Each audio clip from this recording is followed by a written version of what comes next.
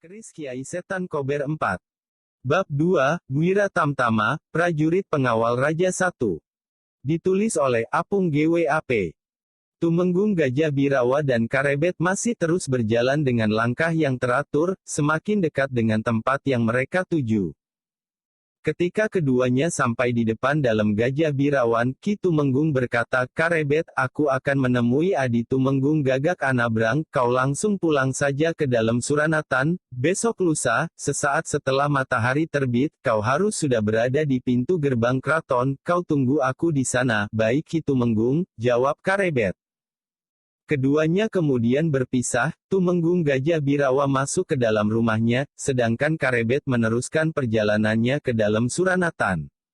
Ketika Karebet memasuki pintu gerbang dalam Suranatan, dilihatnya pamannya Ganjur sedang bekerja membersihkan halaman depan. "Paman Ganjur," kata Karebet.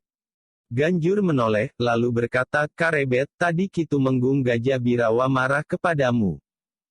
Karebet pun berjalan mendekati pamannya, lalu ia pun berkata, "Tidak paman, Ki Tumenggung tidak marah kepadaku, bersama Ki Tumenggung, tadi aku diajak ke keraton menghadap Kanjeng Sultan, kau tadi telah menghadap Kanjeng Sultan?"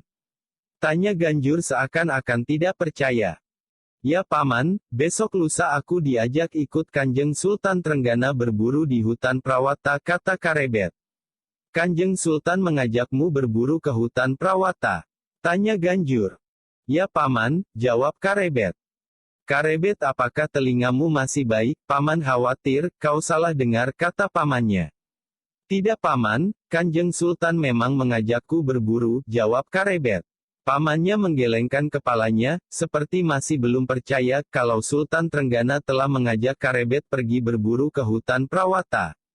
"Ya sudah, kau ganti pakaian dulu, lalu bantu paman membersihkan halaman," kata Ganjur. "Baik paman," kata Karebet. Ketika Karebet pun memasuki rumah pamannya untuk berganti pakaian, dan pada saat yang bersamaan, seekor kuda keluar dari dalam Gajah Birawan, seekor kuda yang tegar berwarna coklat, sesuai dengan badan penunggangnya yang juga berbadan tinggi besar, Tumenggung Gajah Birawa. Tumenggung Gajah Birawa berkuda ke arah selatan, dan tak lama kemudian sampailah di depan regol sebuah rumah Katumenggungan. Kuda Ki Tumenggung lalu berbelok memasuki rumah tersebut. Di halaman rumah, seorang abdi yang sedang bekerja membersihkan halaman, berlari menghampiri kuda Tumenggung Gajah Birawa, lalu tangannya mengambil alih, memegang tali kendali kuda coklat itu. Tumenggung Gajah Birawa turun dari kudanya, lalu bertanya, "Ki Tumenggung Gagak Anabrang berada di rumah?" "Ada, Ndara Menggung berada di halaman samping," jawab abdi Katumenggungan sambil menambatkan kendali kuda pada sebuah tonggak kayu di samping sebatang pohon belimbing. Tumenggung Gajah Birawa lalu berjalan menuju ke samping rumah, terlihat seorang setengah baya, sedang terhanyut menikmati suara burung perkutut. "Adi Tumenggung Gagak Anabrang," panggil Tumenggung Gajah Birawa. Orang itu menoleh, lalu tersenyum, "Mangga Kakang Tumenggung Gajah Birawa, burung perkututku suaranya sudah kung, mari silahkan, kita ke ruang dalam saja." Keduanya lalu naik ke pendapa, lalu berjalan menuju ruang dalam. Setelah duduk dan mengabarkan keselamatan masing-masing, Tumenggung Gajah Birawa berkata, "Adi Tumenggung Gagak Anabrang, aku membawa perintah dari Kanjeng Sultan." Mulailah Tumenggung Gajah Birawa mengutarakan rencana Sultan Trenggana untuk berburu ke hutan Prawata besok lusa. "Baik Kakang Tumenggung, jadi dari pasukan Wirabraja ada 6 orang yang akan berangkat ke hutan Prawata?" tanya Tumenggung Gagak Anabrang. "Betul Adi Tumenggung, ditambah seorang yang menjadi pimpinan prajurit Wirabraja, jadi 7 orang.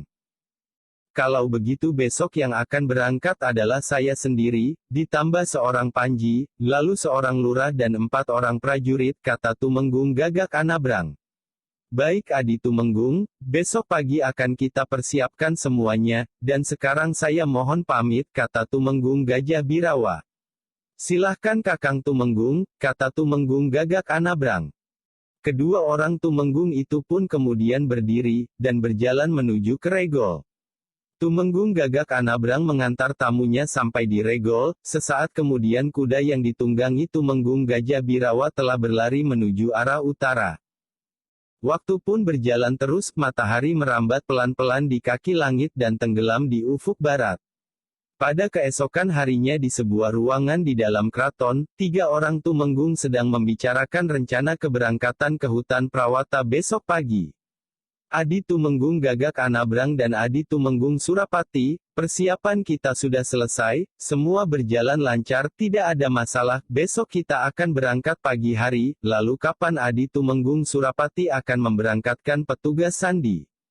Tanya Tumenggung Gajah Birawa. Ya Kakang Tumenggung, sebentar lagi 2 prajurit sandi dari Kesatuan Wira Manggala akan berangkat untuk melihat situasi di hutan Prawata, jawab Tumenggung Surapati. Terima kasih Adi Tumenggung Surapati, kata Tumenggung Gajah Birawa. Besok kalau Kanjeng Sultan berangkat, apakah urusan keraton sudah dibicarakan dengan Ki Patih Wanasalam? Tanya Tumenggung Gajah Birawa. Sudah Ki Tumenggung, jawab Tumenggung Surapati. Baik, Adi Tumenggung Gagak Anabrang, apakah prajurit yang membuat rakit sudah diberangkatkan? Tanya Tumenggung Gajah Birawa. Sudah Kakang Tumenggung, sudah diberangkatkan tadi pagi, jawab Tumenggung Gagak Anabrang. Lalu untuk keperluan tenda dan makanan sudah diberangkatkan? Tanya Tumenggung Gajah Birawa lagi. Sudah Kakang Tumenggung, bersama dengan prajurit yang berangkat tadi pagi, kita berangkatkan 3 ekor kuda yang membawa beban, jawab Tumenggung Gagak Anabrang. Baiklah, pembicaraan kita sampai sekian, besok pagi kita bertemu lagi di sini, kata Tumenggung Gajah Birawa. Ketiganya lalu keluar, ketika sampai di halaman, Tumenggung Surapati lalu berjalan menuju ke arah pohon sawo, menemui 2 orang berpakaian petani. Kalian boleh berangkat, kau bawa beberapa panah sendaren, kata Tumenggung Surapati. Ya Ki Tumenggung, kami bawa panah sendaren, kami berangkat sekarang, kata salah seorang petani itu. Tak lama kemudian, 2 ekor kuda yang ditunggangi oleh 2 orang berpakaian petani yang membawa beberapa panah sendaren, keluar dari pintu gerbang keraton menuju ke arah timur, ke arah hutan Prawata. Malam itu, ketika langit bertabur bintang di atas kota Raja Demak, Karebet sedang berbaring menganyam angan-angannya yang melambung tinggi. Semuanya mengalir seperti air, begitu mudahnya, dia sendiri pun tidak menyangka, besok pagi dia akan diajak Sultan Trenggana berburu di hutan Prawata. Aku harus siap, apapun yang akan terjadi di hutan Prawata nanti, kata Karebet di dalam hati. Malam telah larut, yang terdengar hanyalah suara binatang malam dan suara nafas Karebet yang teratur, tenggelam di alam mimpi. Esok paginya, semburat merah terlihat di Bang Wetan, ketika Karebet sedang berpamitan kepada pamannya Ganjur. Hati-hati Karebet, kali ini kau pergi bersama dengan seorang raja yang dikawal oleh belasan prajurit Wira Tamtama, jaga dirimu baik-baik, jangan melawan perintah Kanjeng Sultan, kata Ganjur. Baik paman, kata Karebet. Karebet lalu melangkahkan kakinya, berjalan keluar dari dalam Suranatan menuju ke arah keraton. Udara pagi yang segar, mengiringi Karebet yang melangkah cepat berlomba dengan alam yang semakin terang. Sampai di depan pintu gerbang keraton, yang dijaga oleh 2 orang prajurit, Karebet pun berhenti, menunggu kedatangan Tumenggung Gajah Birawa. Beberapa saat kemudian, terlihat seekor kuda tinggi besar berwarna coklat berlari mendekat, dan setelah sampai di depan pintu gerbang keraton, kuda itu pun berhenti. Penunggangnya, Tumenggung Gajah Birawa yang memakai pakaian perwira Wira Tamtama turun dari kudanya. Sesaat kemudian, terlihat seorang prajurit Wira Tamtama menghampirinya lalu memegang tali kendali kudanya, kemudian kuda itu pun dituntun masuk ke dalam halaman keraton. Tumenggung Gajah Birawa beserta Karebet kemudian berjalan memasuki halaman keraton, dan ternyata di sana telah menunggu Tumenggung Gagak Anabrang yang memakai pakaian perwira-wira Braja dan Tumenggung Surapati yang juga memakai pakaian perwira-wira Manggala. Di belakang mereka sudah siap belasan kuda, dan beberapa bendera kesatuan prajurit yang masih tergulung. Adi Tumenggung Surapati, kata Tumenggung Gajah Birawa. Ya Kakang Tumenggung, jawab Tumenggung Surapati. Prajurit perintis sudah bisa diberangkatkan sekarang, kata Tumenggung Gajah Birawa. Baik, Kakang Tumenggung, kata Tumenggung Surapati, lalu ia melambaikan tangannya. Sejenak kemudian, 2 ekor kuda berpenumpang 2 orang petani yang membawa pedang pendek, panah sendaren dan panah api, berjalan keluar dari pintu gerbang keraton menuju ke arah timur. Itulah 2 orang prajurit perintis Wira Manggala, yang berangkat lebih awal. Mereka berkuda beberapa ratus langkah di depan rombongan Kanjeng Sultan untuk memastikan jalan yang aman untuk dilalui rombongan Sultan Trenggana. Tumenggung Gajah Birawa memanggil Karebet dengan isyarat tangan. Setelah Karebet mendekat, maka Ki Tumenggung pun berkata, "Karebet, kau bisa naik kuda." "Bisa Ki Tumenggung," jawab Karebet. "Baik, sekarang sebaiknya kau berganti pakaian dulu," kata Ki Tumenggung. "Maaf Ki Tumenggung, pakaian saya hanya satu, yang saya pakai sekarang ini," kata Karebet. Tumenggung Gajah Birawa tersenyum, lalu tangannya melambai dan seorang abdi dalam mendekat sambil membawa sebuah bungkusan.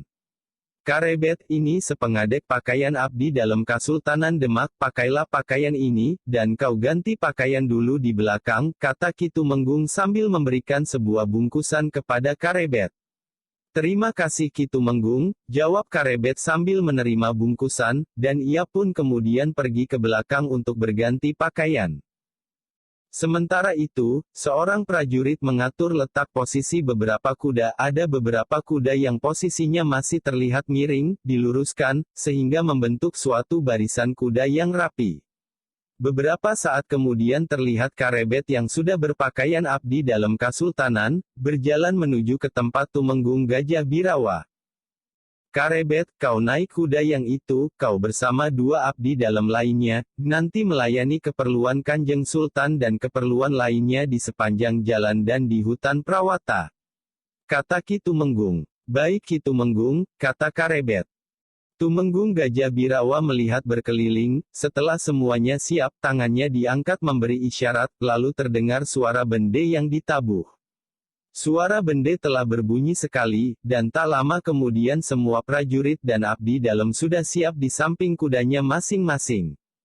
Sekali lagi Tumenggung Gajah Birawa melihat berkeliling, dilihatnya kedua Tumenggung menganggukkan kepalanya, lalu Tumenggung Gajah Birawa mengangkat tangannya, maka Tumenggung Gagak Anabrang dan Tumenggung Surapati berjalan menuju ke ruang dalam. Sesaat kemudian terlihat Sultan Trenggana keluar ruangan dengan memakai busana kesatrian, diapit oleh Tumenggung Gagak Anabrang dan Tumenggung Surapati. Di belakang Sultan Trenggana ada seorang yang membawa songsong kerajaan, payung kebesaran Kasultanan Demak yang berwarna kuning keemasan. Di sebelah abdi dalam yang membawa payung, berjalan pula seseorang yang sudah berumur setengah baya. Tumenggung Gajah Birawa maju selangkah dan mempersilahkan Kanjeng Sultan untuk naik kuda yang telah dipersiapkan, sedangkan orang yang berumur setengah baya, yang keluar bersama Sultan Trenggana, hanya berdiri saja di samping kuda Kanjeng Sultan. Setelah Kanjeng Sultan berada di punggung kuda, maka terdengarlah suara bende yang ditabuh untuk kedua kalinya, dan semua prajurit dan abdi dalam naik ke punggung kuda masing-masing, siap untuk berangkat. Karebet, yang duduk di atas kuda, menebarkan pandangan berkeliling. Ia melihat betapa gagahnya para prajurit yang duduk di atas punggung kuda. Di depan sendiri, di atas punggung kudanya, Tumenggung Gagak Anabrang bertindak sebagai cucuk lampah. Di belakangnya 6 orang prajurit berkuda Wirabraja, 2 di antaranya membawa bendera Kesatuan Wirabraja dan bendera Kasultanan Demak. Di belakangnya, Sultan Trenggana berkuda dikelilingi oleh 7 orang prajurit berkuda Wira Tamtama, 3 di antaranya membawa bendera Wira Tamtama, sebuah songsong kuncup, payung Kasultanan Demak dalam keadaan tertutup, dan seorang lagi yang membawa sebuah bende. Di belakangnya, 3 orang abdi dalam termasuk dirinya, duduk di atas punggung kuda. Berkuda paling belakang adalah Tumenggung Surapati, dan di sebelahnya seorang prajurit berkuda dengan membawa bendera Kesatuan Wira Manggala. Sultan Trenggana berkata pada orang yang berdiri di sampingnya, "Patih Wanasalam, aku berangkat sekarang." "Kasinggihan dawuh Kanjeng Sultan, hati-hati di jalan," jawab Patih Wanasalam. Setelah semua bersiap, maka Tumenggung Gajah Birawa mengangkat tangannya, maka terdengar suara bende yang dipukul ketiga kalinya, lalu kuda Tumenggung Gagak Anabrang yang menjadi cucuk lampah, perlahan-lahan mulai bergerak maju. Rombongan mulai meninggalkan pintu gerbang keraton menuju ke arah timur. Jaka Tingkir yang berpakaian abdi dalam, duduk di atas kuda yang berjalan perlahan, melihat indahnya seragam para prajurit dari Kasultanan Demak, dan betapa gagahnya bendera yang berkibar. Bendera yang berkibar paling depan adalah bendera Kesatuan Wirabraja, yang mempunyai dasar warna pare anom bergambar sebuah trisula warna hitam, Trisula Sakti. Di belakangnya ada bendera yang mempunyai dasar warna hitam, bergambar sebuah cakra berwarna kuning emas, itulah bendera Kesatuan Wira Tamtama Cakra Baskara. Yang paling belakang adalah bendera dari Kesatuan Wira Manggala dengan warna dasar putih, bergambar sinar matahari terbit berwarna merah, Surya Sumirat. Semua bendera berkibar megah, tapi ada satu bendera yang berkibar amat gagah, tegak berdiri paling tinggi, bendera yang ukurannya lebih besar dibandingkan dengan bendera lainnya, yang terletak di depan Sultan Trenggana, bendera yang dibawa oleh seorang prajurit Wirabraja. Itulah bendera Kasultanan Demak, Sang Dwi Warna, bendera gula kelapa. Matahari perlahan-lahan merayap naik, langit sudah terlihat terang, gelap malam sudah tak tersisa lagi ketika rombongan berkuda Sultan Trenggana beriringan keluar dari pintu gerbang keraton, berjalan ke arah timur. Di depan sendiri Tumenggung Gagak Anabrang berkuda sebagai cucuk lampah, terlihat gagah sekali dengan seragam pasukan Wirabraja, dan kudanya pun berlari tidak begitu kencang ke arah matahari terbit. Di sepanjang jalan, rakyat Demak menunduk hormat berjongkok ketika Kanjeng Sultan Trenggana lewat di depan mereka. Ketika rombongan berkuda lewat di depan dalam Suranatan, ada sepasang mata yang mengintip dari balik pagar, melihat ke arah rombongan Kanjeng Sultan dengan kagum dan heran. Ganjur melihat keponakannya, Karebet naik seekor kuda, berada di belakang kuda Kanjeng Sultan. "Biu-biu, anak itu sekarang sudah menjadi abdi dalam Kanjeng Sultan," kata Ganjur dalam hati. Betapa kagumnya Ki Ganjur, hanya beberapa hari yang lalu, kemenakannya, Karebet, baru saja datang dari desa Tingkir, sekarang sudah berada di atas punggung kuda berpakaian abdi dalam pergi bersama Raja Demak, Kanjeng Sultan Trenggana, ikut berburu ke hutan Prawata. Betapa mudahnya, kata Ki Ganjur dalam hati. Nyai Ageng Tingkir pasti bangga kalau anaknya menjadi abdi dalam, katanya dalam hati. Pandangannya masih mengagumi sosok Karebet yang berkuda di dalam rombongan Kanjeng Sultan Trenggana. Diintipnya Kanjeng Sultan dan rombongan berkuda dari balik pagar, sampai bayangan rombongan berkuda hilang dari pandangan. Rombongan Sultan Trenggana terus berjalan menuju ke arah timur, dan beberapa saat kemudian mereka telah tiba di tepi Sungai Tuntang. Kuda pun berhenti, kemudian Sultan Trenggana turun dari kuda diikuti semua rombongan. "Di mana rakit yang sudah dipersiapkan?" tanya Tumenggung Gajah Birawa kepada seorang prajurit Wira Tamtama. "Rakitnya di situ Ki Tumenggung," kata prajurit itu sambil tangannya menunjuk ke sebuah rakit yang tertambat di tepi sungai. Tumenggung Gajah Birawa kemudian mengatur penyeberangan, mereka semua akan menyeberangi sungai menggunakan rakit secara bergantian. Yang pertama kali menyeberang adalah Tumenggung Gagak Anabrang beserta 6 orang prajurit Wirabraja, 4 orang dari mereka mendorong rakit dengan menggunakan batang bambu. Setelah sampai di seberang, beberapa prajurit Wirabraja berpencar memeriksa keadaan di sekelilingnya. Tumenggung Gagak Anabrang memberi isyarat aman kepada Tumenggung Gajah Birawa, dan rakit kedua yang berisi Kanjeng Sultan dan prajurit Wira Tamtama pun mulai bergerak maju. Ketika semua orang dan kuda sudah berada di sebelah timur Sungai Tuntang, maka rombongan berkuda Sultan Trenggana melanjutkan perjalanan, menuju ke timur. Matahari perlahan-lahan bergerak di atas langit menuju ke arah barat, hari sudah semakin siang, masih ada waktu beberapa saat lagi sebelum sampai di Kali Serang. Tumenggung Gajah Birawa memerintahkan kepada seorang prajurit Wira Tamtama untuk berangkat mendahului ke Kudus, memberi kabar kepada Sunan Kudus, karena rombongan Kanjeng Sultan akan singgah di Panti Kudus. Sesaat kemudian, seekor kuda melepaskan diri dari rombongan, dipacu menuju Panti Kudus dan tak lama kemudian bayangannya pun sudah hilang dari pandangan. Ketika rombongan Kanjeng Sultan sudah berada di tepi Kali Serang, Ki Tumenggung Gajah Birawa kembali mengatur penyeberangan di sungai yang cukup lebar, bergantian mereka menyeberangi sungai menggunakan rakit. Dari tepi timur Kali Serang, rombongan berkuda kembali meneruskan perjalanan dan tak lama kemudian, terlihat di depan mereka, sebuah bangunan yang menjadi tempat tinggal salah satu wali Sangai yang pernah menjadi senapati perang Kesultanan Demak, Kanjeng Sunan Kudus. Ketika rombongan berkuda semakin dekat, Tumenggung Gajah Birawa melihat beberapa orang berdiri di depan Panti Kudus, menyambut kedatangan rombongan Sultan Trenggana. Di depan sendiri, berdiri Kanjeng Sunan Kudus, dan di belakang Kanjeng Sunan Kudus, belasan santri juga siap menyambut para prajurit, siap merawat dan memberi makan kuda tunggangan para prajurit. Tumenggung Gagak Anabrang yang berkuda paling depan mengangkat tangannya, dan sesaat kemudian rombongan Kanjeng Sultan berhenti, dan semua penunggangnya turun dari kuda. Pandangan Kanjeng Sunan Kudus menyapu semua orang di dalam rombongan Sultan Demak, seakan-akan ada seseorang yang ditunggu dan dicari di dalam rombongan itu. Sunan Kudus maju beberapa langkah menyambut Kanjeng Sultan bersama ketiga orang Tumenggung. Sunan Kudus mengajak mereka masuk ke ruangan Panti Kudus. Sedangkan para prajurit dipersilahkan istirahat di sebuah ruangan yang lain. Di dalam ruangan, Kanjeng Sunan Kudus bersama Kanjeng Sultan Trenggana duduk di kursi, sedangkan ketiga Tumenggung duduk di atas tikar setelah saling menanyakan kabar keselamatan masing-masing. Sunan Kudus bertanya kepada Kanjeng Sultan, "Kanjeng Sultan, di mana muridku Penangsang?" "Penangsang sebetulnya sudah saya ajak untuk ikut berburu, Kanjeng Sunan, tapi hari ini kebetulan Penangsang akan pergi ke Jipang Panolan," kata Sultan Trenggana.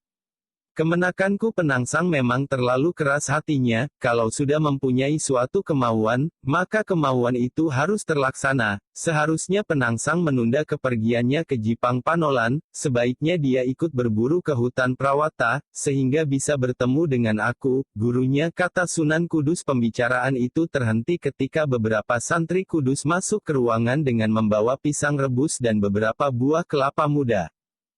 Setelah Kanjeng Sultan menikmati makanan dan minuman, Sunan Kudus berkata, "Kanjeng Sultan, waktunya sudah masuk duhur, mari kita tunaikan kewajiban kita bersama-sama sholat duhur berjamaah." "Baik Kanjeng Sunan," kata Sultan Trenggana.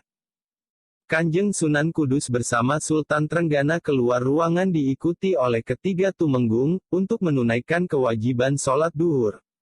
"Kolam dan padasan untuk wudhu ada di sebelah barat," kata Sunan Kudus. Bersama Kanjeng Sultan, Sunan Kudus berjalan menuju kolam serta padasan untuk mengambil air wudhu. Ketika sedang berjalan, Sunan Kudus pun melihat tiga orang abdi dalam bersama beberapa orang santri sedang memberi makan dan minum kuda. Ketiga abdi dalam itu melihat ke Sunan Kudus yang sedang berjalan menuju padasan, mereka mengangguk hormat, Sunan Kudus pun juga membalas hormatnya. Ketika itu pandangan mata Sunan Kudus beradu dengan sorot mata salah seorang abdi dalam yang masih sangat muda, anak muda yang berbadan sedang, berwajah tampan, mempunyai sorot mata yang tajam, seperti mata seekor macan kumbang. "Siapakah sebenarnya pemuda luar biasa itu? Pandangan matanya bercahaya," kata Sunan Kudus dalam hati. Ketika terdengar suara kentongan yang dipukul oleh salah seorang santri, maka Kanjeng Sunan Kudus bersama semua santri dan para tamu, bersiap melakukan sholat duhur berjamaah. Perlahan-lahan matahari terus bergeser ke arah barat dan telah tiba saatnya Sultan Trenggana, para perwira dan para prajurit dijamu makan siang di dalam Panti Kudus. Setelah selesai makan, Kanjeng Sunan Kudus mengajak Sultan Trenggana untuk berbicara berdua di sebuah ruangan di dalam Panti Kudus. "Kanjeng Sultan," kata Sunan Kudus, "sebelum kita sholat tadi, saya berjalan ke tempat padasan untuk mengambil air wudhu. Saya melihat tiga orang abdi dalam, seorang di antaranya menarik perhatian saya. Umurnya masih sangat muda, pandangan matanya tajam. Kalau boleh tahu, siapakah sebenarnya pemuda itu Kanjeng Sultan?" tanya Sunan Kudus. Yang dimaksud Kanjeng Sunan seorang anak muda bertubuh sedang, berwajah tampan, pandangan matanya tajam. Tanya Sultan Trenggana. Betul Kanjeng Sultan, kata Sunan Kudus. Oh anak itu. Namanya Karebet, Mas Karebet, kata Sultan Trenggana. Mas Karebet. Karebet, saya pernah mendengar nama itu, Karebet, kata Sunan Kudus. Ya, Karebet Kanjeng Sunan, anak Ki Kebo Kenanga dari Pengging, kata Kanjeng Sultan, ayahnya dulu terbunuh oleh Kanjeng Sunan Kudus, ketika Karebet masih kecil, masih berumur 3 warsa, betul aku yang membunuhnya. Ki Ageng Pengging terbunuh karena tidak mau menghadap ayahanda Sultan Patah di Demak, kata Sunan Kudus.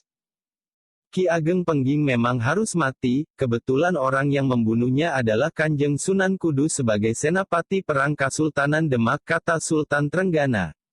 Sunan Kudus teringat ketika Sultan Demak Bintara, Raden Patah mengangkatnya sebagai Senapati menggantikan ayahnya, Sunan Ngudung yang berasal dari Jipang, yang gugur melawan Adipati Terung dari Majapahit.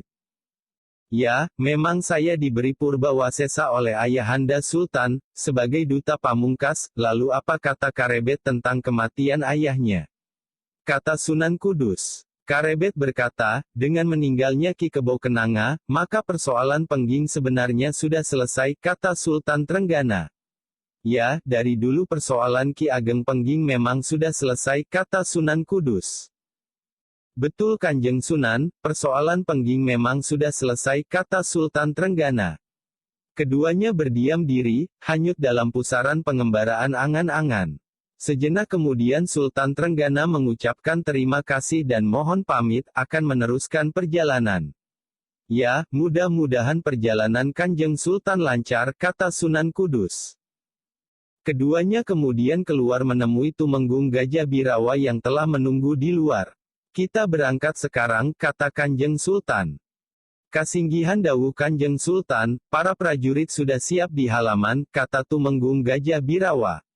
Sultan Trenggana kemudian menuju ke halaman dan naik ke atas punggung kuda.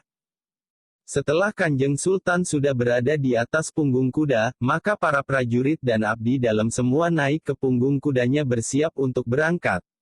Kanjeng Sunan Kudus berdiri di samping kuda Kanjeng Sultan dan setelah Sultan Trenggana sekali lagi mohon diri, maka Tumenggung Gagak Anabrang sebagai cucuk lampah yang berada paling depan, mengerahkan kudanya maju perlahan-lahan rombongan berkuda bergerak maju ke arah timur, meninggalkan debu yang berhamburan di belakangnya. Berlawanan dengan bergeraknya kaki-kaki kuda ke arah timur, maka matahari perlahan-lahan terus bergerak ke arah barat. Rombongan Sultan Trenggana berjalan terus belum jauh dari Panti Kudus, Tumenggung Gagak Anabrang membelokkan kudanya sedikit ke arah selatan menuju arah hutan Prawata. Setelah menempuh waktu cukup lama maka Tumenggung Gagak Anabrang mengangkat tangannya, memberi isyarat untuk berjalan lebih pelan karena sudah masuk di bibir hutan Prawata. Rombongan pemburu berjalan masuk ke hutan, tak lama kemudian sampailah di sebuah tanah lapang yang agak luas dan di sana telah terdapat 4 buah gubuk yang telah dibangun oleh prajurit yang telah berangkat lebih dulu, sebuah perkemahan sederhana. 4 bangunan gubuk yang dibangun di atas tanah lapang, 1 bangunan gubuk agak besar berada di tengah, dikelilingi 3 bangunan gubuk ukuran sedang. Hanya berjarak beberapa puluh langkah dari perkemahan, terdapat sebuah sungai kecil yang dapat dipergunakan untuk mandi ataupun untuk keperluan lainnya. Rombongan berkuda berhenti di depan gubuk dan di sana telah menanti 2 orang prajurit berpakaian petani yang telah berangkat lebih dulu dan berkuda beberapa ratus langkah di depan rombongan Kanjeng Sultan. Sultan Trenggana turun dari kuda diikuti oleh 3 orang tumenggung beserta prajurit yang membawa songsong kasultanan, berjalan menuju gubuk yang paling besar dan atapnya tertutup oleh daun kelapa.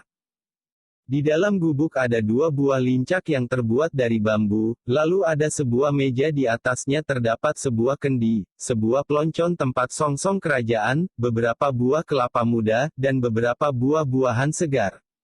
Di sudut gubuk, ada sebuah kamar yang disekat, di dalamnya ada banyak sekali bambu-bambu yang dipotong pendek, berisi air untuk keperluan mandi Sultan Trenggana.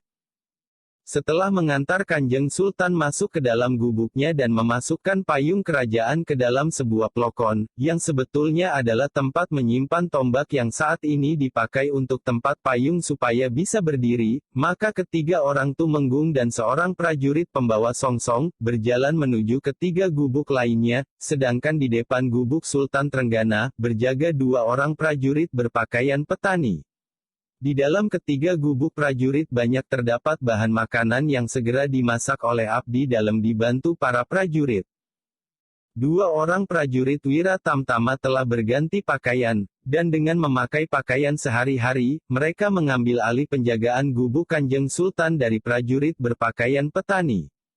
Di halaman, bendera yang dibawa rombongan ditancapkan di tanah, sehingga bendera itu bisa bebas berkibar tertiup angin.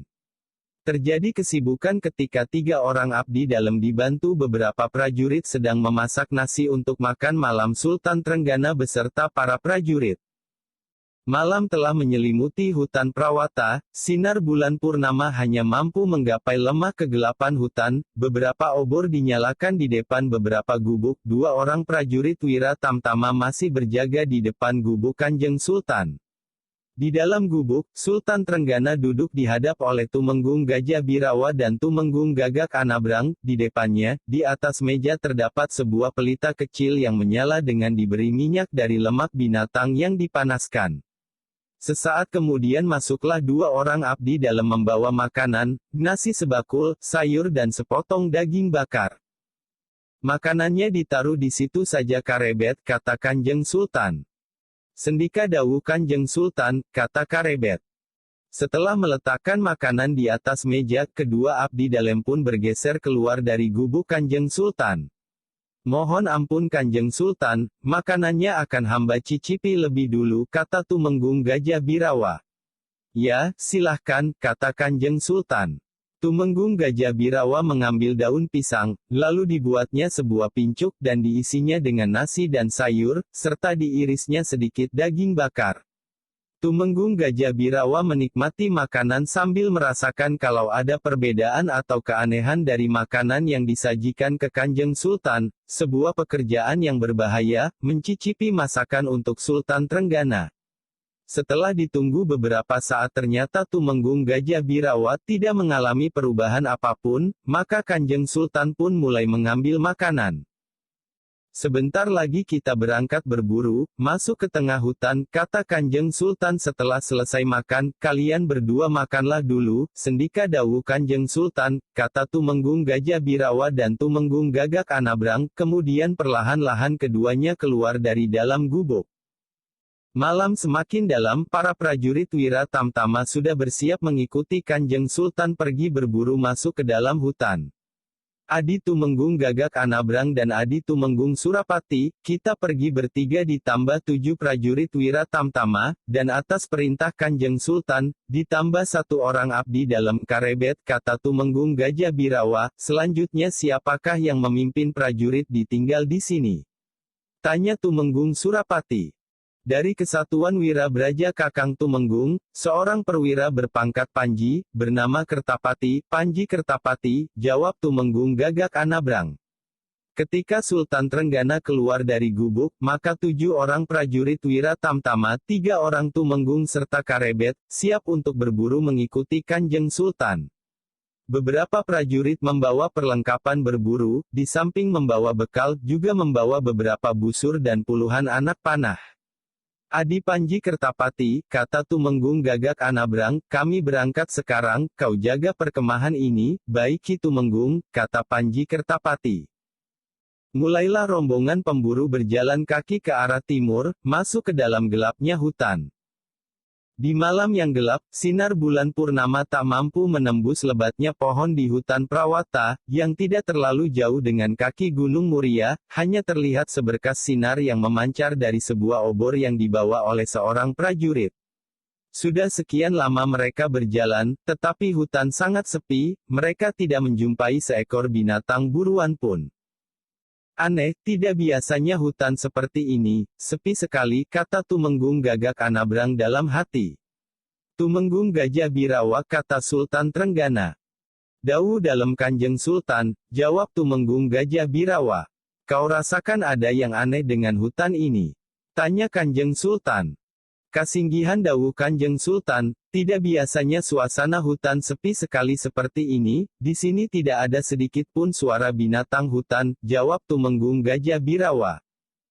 Pada waktu berburu beberapa purnama yang lalu, pada cuaca seperti ini, biasanya sudah dapat hasil buruan, beberapa ekor kijang, atau binatang yang badannya sedikit lebih kecil kancil. Sultan Trenggana mempunyai naluri seorang pemburu yang sangat baik, sehingga mampu merasakan ada sesuatu yang aneh, sepi sekali. Ada sesuatu yang tidak wajar telah terjadi di hutan ini, kata Sultan Trenggana. Tumenggung Gajah Birawa yang berjalan di depan Sultan Trenggana segera mencabut pedang pendeknya, kemudian diikuti oleh Tumenggung Gagak Anabrang dan Tumenggung Surapati, di tangan mereka telah tergenggam masing-masing sebuah pedang pendek. Mengetahui keadaan yang tidak dapat diraba, ketujuh orang prajurit Wira Tamtama juga mencabut pedangnya. Orang yang berjalan paling belakang adalah Karebet, yang tidak membawa senjata, hanya membawa perbekalan dan perlengkapan berburu. Karebet menengadahkan kepalanya, panggrahitanya yang tajam seakan-akan mengatakan, di depan mereka ada sesuatu yang berbahaya. Ada apa ini, kata Karebet dalam hati. Matanya yang tajam melihat sekelilingnya, tetapi tidak terlihat apapun juga, yang terlihat hanya gelapnya malam di dalam hutan. Berbahaya sekali, sesuatu yang bisa mematikan, siapakah yang berada di kegelapan malam? Kata Karebet dalam hati. Ia tidak mau terkapar pada serangan pertama, maka Karebet pun berusaha melindungi dirinya dari serangan yang mematikan itu dengan matek aji yang tiada duanya, lembu sekilan. Sultan Trenggana bukan seorang yang lemah, Kanjeng Sultan adalah orang yang mumpuni, dalam dirinya tersimpan berbagai ilmu, sehingga mampu membuat keputusan yang cepat. Saat itu suasana hutan terasa aneh, ada yang tidak wajar, terasa sangat sepi mencekam, semua orang tidak tahu apa yang berada di dalam gerumbul hutan di depan mereka. Sultan Trenggana mengangkat tangannya, dan memberi isyarat untuk berhenti, ketiga orang Tumenggung dan ketujuh prajurit Wira Tamtama segera berhenti, di tangan mereka pun masih tergenggam sebuah pedang pendek. Tumenggung Gajah Birawa, kita harus mundur, karena kita tidak mengetahui dengan jelas keadaan di sekitar kita, ada sesuatu yang kita tidak tahu, kita bisa diserang mendadak tanpa kita tahu dari mana arah penyerangnya, kata Sultan Trenggana. Kasinggihan dawu Kanjeng Sultan, jawab Tumenggung Gajah Birawa. Kita kembali dulu ke perkemahan, besok pagi kita kembali ke tempat ini lagi, kata Sultan Trenggana. Perlahan-lahan dengan penuh kewaspadaan mereka berjalan mundur, setelah itu mereka memutar tubuh, berjalan kembali ke arah perkemahan. Karebet yang berjalan paling belakang merasa keadaan belum sepenuhnya aman, sehingga aji lembu sekilan masih manjing pada dirinya. Prajurit yang membawa obor berjalan di depan, nyala apinya menari-nari lemah, cahaya obornya menggapai lemah pepohonan di sekitarnya. Perkemahan sudah semakin dekat, Karebet yang merasa keadaan sudah semakin aman, perlahan-lahan melepas aji lembu sekilan dari dalam dirinya. Ketika prajurit yang bertugas jaga di perkemahan melihat rombongan Kanjeng Sultan, maka terdengarlah suara bende yang ditabuh beberapa kali, dan para prajurit dan abdi dalam segera keluar dari gubuk mereka. Beberapa saat kemudian, rombongan Kanjeng Sultan sudah memasuki perkemahan, disambut oleh prajurit yang bertugas menunggu perkemahan, yang dipimpin oleh perwira Kesatuan Wirabraja, Panji Kertapati. Semua orang merasa heran, melihat Kanjeng Sultan dan rombongan kembali ke perkemahan, tidak melanjutkan berburu sampai pagi. Ketika Kanjeng Sultan sudah memasuki tendanya, maka semua perwira dan prajurit masuk ke tenda masing-masing, kecuali dua orang Wira Tamtama yang berjaga-jaga di depan gubuk Sultan Trenggana. Bulan purnama perlahan-lahan bergeser ke arah barat, waktu berjalan terus, langit di ufuk timur telah membayang warna merah, menjelang fajar. Ketika semburat warna merah langit di Bangwetan semakin terang, terdengarlah beberapa kali bunyi suara bende, pertanda bagi para penghuni perkemahan untuk memulai kegiatannya, menunaikan semua yang menjadi kewajibannya. Matahari memanjat langit semakin lama semakin tinggi, dan di depan perkemahan, para pemburu pun telah bersiap untuk masuk hutan lebih dalam lagi. Setelah mandi dan makan makanan yang dihidangkan oleh abdi dalam, Sultan Trenggana beserta 3 orang tumenggung keluar dari gubuk Kanjeng Sultan, bersiap untuk memulai perburuan kembali. Ki Panji Kertapati, kami akan berangkat sekarang, dan akan masuk hutan lebih dalam lagi, jaga baik-baik perkemahan ini, kata Tumenggung Gajah Birawa. Baik Ki Tumenggung, kata Panji Kertapati. Sesaat kemudian rombongan pemburu berjalan masuk ke tengah hutan melalui jalan yang ditempuh tadi malam. Sultan Trenggana berjalan bersama 7 orang prajurit Wira Tamtama, 3 orang tumenggung dan yang berjalan paling belakang, seorang abdi dalam karebet. Setapak demi setapak mereka maju terus, saat itu sudah mulai terasa betapa sepinya hutan ini.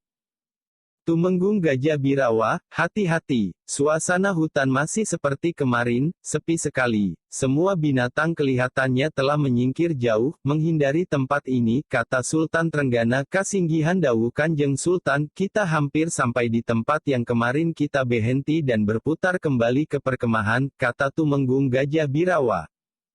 Sultan Trenggana melihat berkeliling, menakar dan menghitung kekuatan, selain dirinya, ada 7 orang prajurit Wira Tamtama, 3 orang tumenggung, ditambah seorang lagi, karebet, yang telah diketahui kekuatannya, mampu mengimbangi kekuatan Tumenggung Gajah Birawa. Kalaupun terpaksa berhadapan dengan gerombolan perampok, 20 orang perampok tidak akan dapat mengalahkan dirinya beserta para pengawalnya. Suasana sepi mencengkam, kembali karebet mulai membangun kekuatan aji lembu sekilan untuk melindungi dirinya dari sebuah serangan yang belum diketahui arahnya. Setapak demi setapak setiap orang di dalam rombongan maju perlahan-lahan dengan penuh kewaspadaan. Suasana di dalam hutan sunyi senyap, tak terdengar suara apapun di dalam gerumbul ataupun di sela pepohonan hutan. Tetapi kesunyian hutan telah terkoyak, ketika tiba-tiba terdengar aum harimau, keras sekali, lebih keras daripada aum harimau yang biasanya terdengar, dan berjarak hanya beberapa langkah di depan mereka. Semua orang yang berada di dalam rombongan Kanjeng Sultan terkejut, belum hilang rasa terkejut mereka, terdengar kembali sebuah geraman keras dari seekor harimau. Cepat dan tanggap, ketujuh prajurit Wira Tamtama beserta seorang perwira Wira Tamtama, Tumenggung Gajah Birawa, bergerak cepat mengelilingi Sultan Trenggana di 8 arah mata angin, sehingga menjadi temu gelang. 8 orang Wira Tamtama yang bertugas sebagai prajurit pengawal raja, yang berdiri mengitari Kanjeng Sultan, telah menghunus pedangnya di 8 arah mata angin, membentuk sebuah lingkaran temu gelang dengan 8 ujungnya yang tajam, cakra baskara. Mengetahui yang menghadang di depan adalah seekor harimau, karebet maju beberapa langkah di samping Sultan Trenggana. Kekuatan karebet telah mampu mengimbangi kekuatan Tumenggung Gajah Birawa. Tidak ada salahnya kalau karebet aku coba diadu dengan seekor harimau, kata Sultan Trenggana dalam hati. Karebet, kalau kau ingin menjadi seorang prajurit Wira Tamtama, tangkap harimau itu hidup-hidup, perintah Sultan Trenggana. Sendika Dawu Kanjeng Sultan, jawab karebet. Karebet memberikan barang yang dibawanya kepada salah seorang prajurit Wira Tamtama, lalu ia pun segera maju beberapa langkah ke arah harimau yang masih berada di dalam gerumbul semak-semak di depan mereka. Dengan satu lompatan, harimau itu mampu menerkamku, kata karebet dalam hati. Yang bisa dilakukan saat ini adalah matek aji lembu sekilan sejauh kemampuannya untuk melindungi dari terkaman harimau. Tumenggung Gajah Birawa menarik nafas panjang. Tugas karebet adalah sangat berat, lebih mudah untuk membunuh seekor harimau daripada menangkapnya hidup-hidup. Semua orang terlihat tegang melihat karebet berjalan selangkah demi selangkah mendekati gerumbul tempat terdengar auman suara harimau. Tetapi semua orang terkejut ketika melihat dari dalam gerumbul semak-semak yang hanya berjarak beberapa langkah di depan karebet keluar seekor harimau loreng yang besar sekali, seekor macan gembong sebesar kerbau. Sultan Trenggana terkejut ketika melihat seekor macan gembong sebesar kerbau berada di depan karebet, dan karebet pun telah diperintahkannya untuk menangkap harimau dalam keadaan hidup. Ada rasa menyesal dalam diri Sultan Trenggana yang telah memberi perintah menangkap hidup-hidup seekor harimau yang tanpa diduganya, ternyata harimau itu adalah seekor macan gembong yang badannya sebesar kerbau, tetapi kata-kata yang sudah terucap dari seorang sultan adalah ucapan sabda Pandita Ratu. Sultan Trenggana tidak bisa mencabut ucapannya, dan saat itu yang bisa dilakukan adalah menunggu tindakan yang akan dilakukan oleh Karebet untuk mengalahkan seekor macan gembong yang telah siap untuk menerkam. Karebet berpikir, dia harus bisa memancing harimau tersebut ke arah yang lain, agar supaya harimau itu tidak menerkam ke arah Kanjeng Sultan. Karebet segera bertindak cepat, dia lari ke depan harimau dan sekali melompat Karebet masuk ke dalam gerumbul tempat harimau tadi mengaum. Dengan cepat harimau itu pun melompat mengejar Karebet, kemudian terdengar suara gaduh di gerumbul semak-semak di tengah hutan Prawata, diselingi auman marah seekor macan gembong, suara gaduh tidak mereda meskipun sudah berjalan beberapa lama. Suara gaduh yang diselingi suara gereng dan aum harimau. Sultan Trenggana yang telah mengalami berbagai benturan ilmu, merasa ada sesuatu yang tidak wajar, di antara suara gaduh di dalam gerumbul, dan di sela-sela suara auman harimau gembong yang marah, terdengar suara yang lain, suara auman seekor harimau yang tidak sewajarnya. Suara auman dari seekor harimau yang tidak sewajarnya itu ternyata mampu membungkam suara auman seekor macan gembong yang badannya sebesar kerbau. Sultan Trenggana saling berpandangan dengan Tumenggung Gajah Birawa, dan ketika didengarnya lagi suara auman harimau yang dahsyat dari gerumbul, dan dilihatnya kaki para prajurit Wira Tamtama gemetar mendengar auman itu, maka Sultan Trenggana pun berkata lirih, "Aji Senggara Macan." Tumenggung Gajah Birawa terkejut, sejenak kemudian ia menganggukkan kepalanya sambil berkata di dalam hatinya, "Ya, itu adalah Aji Senggara Macan." Bersambung.